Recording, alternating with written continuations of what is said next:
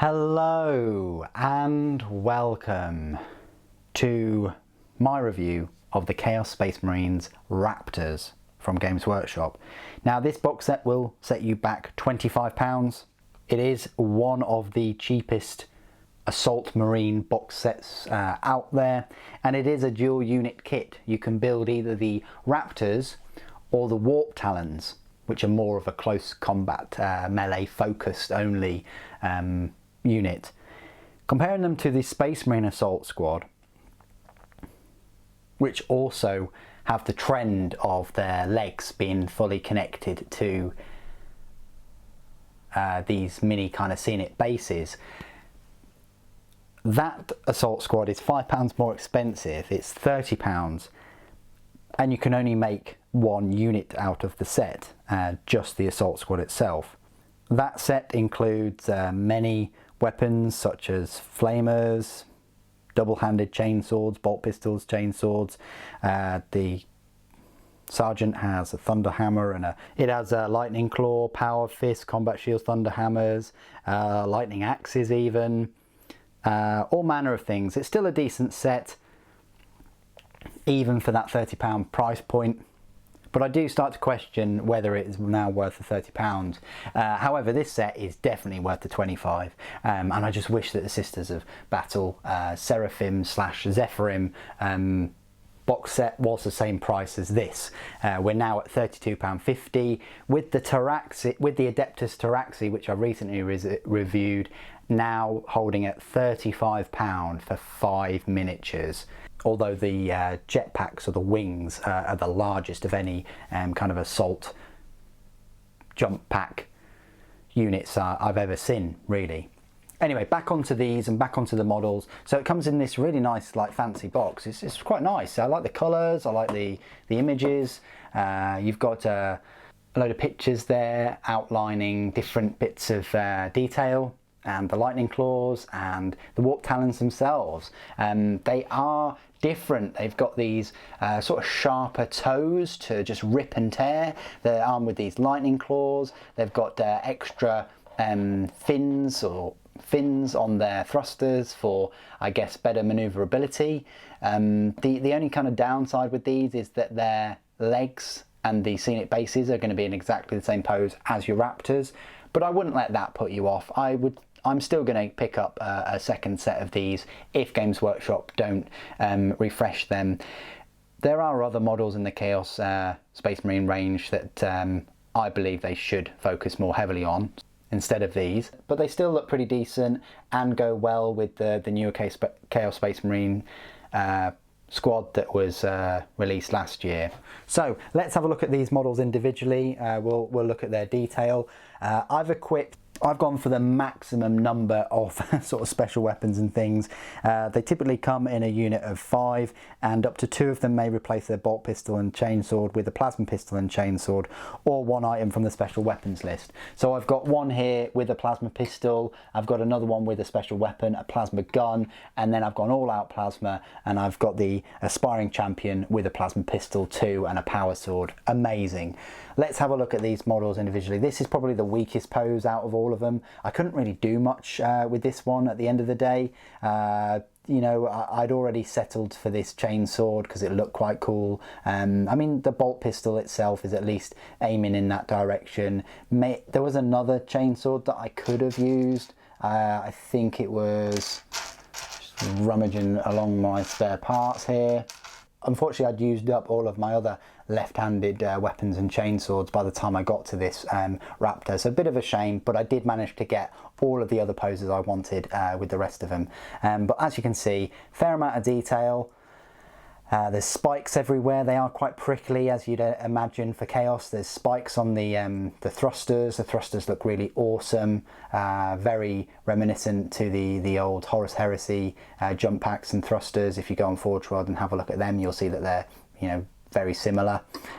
This guy is just sort of, I don't know, raising his chainsword up in defiance or something. I don't know, but what's interesting to note is they all have different shoulder pauldrons, and you can swap you can swap the heads around, you can swap the chests around. It's just the legs and you can mix and match them with those legs. I mean, the legs are just connected to the base, but you can change the left and right weapons and the heads, and change the thrusters between them all. They're all slightly different. They've got the teeth in different areas.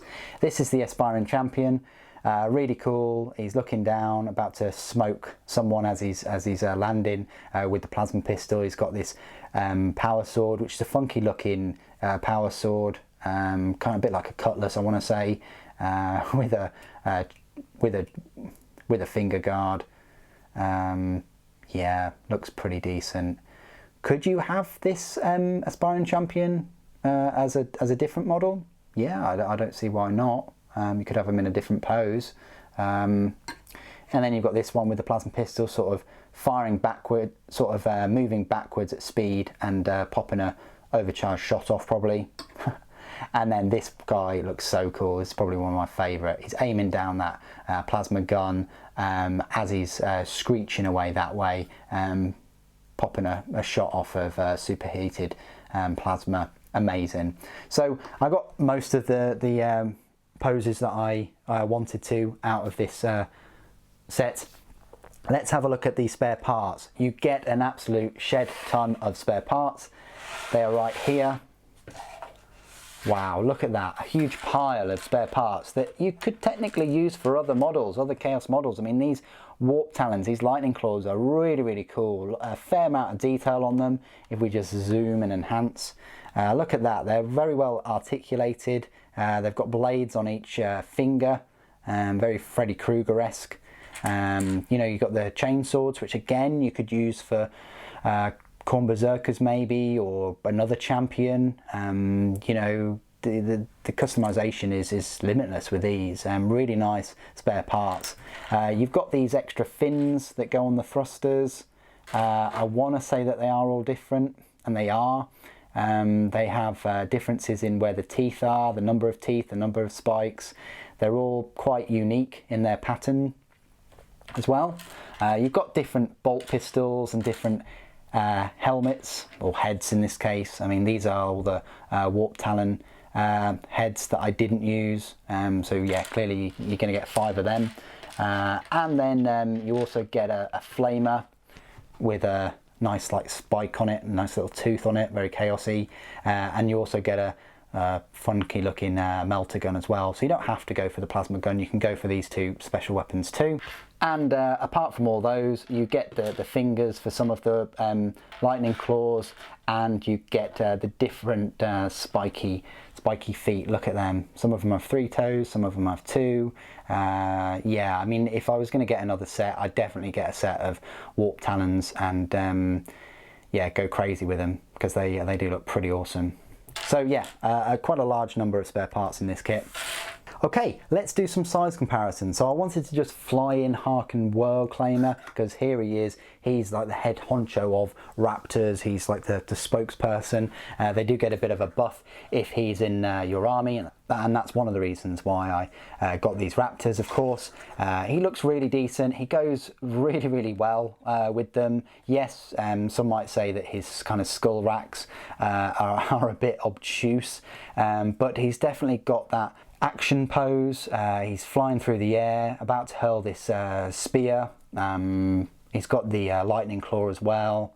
Works really, really well with the Raptors and their aesthetics. You could have a little army, you know, with a narrative based around him, and have him leading a squad of 5 or 10 Raptors. They'd look really, really good on the battle top. Compared to a normal kind of Chaos Space Marine, here is one of the newest Space Marines, and they are exactly the same size. Not much has changed at all. There was a bit of a fear that the Chaos Space Marines would be hugely bigger than normal Space Marines at the start, but that didn't really happen, and they're not any bigger than the Raptors. And you can just have a look at that compared to normal Space Marines. They are the same size as the older legacy ones. Then we'll just compare them to a Terminator. Now, Terminator is a big boy, you know, but the Raptors are a little bit higher because they're, you know, lifting off or settling down with their jump packs. But yeah, you can just see the size, you know, the thickness of these Terminators. They are thick boys. But again, the Raptors go well aesthetically with any Chaos Terminators that you might want to pick up.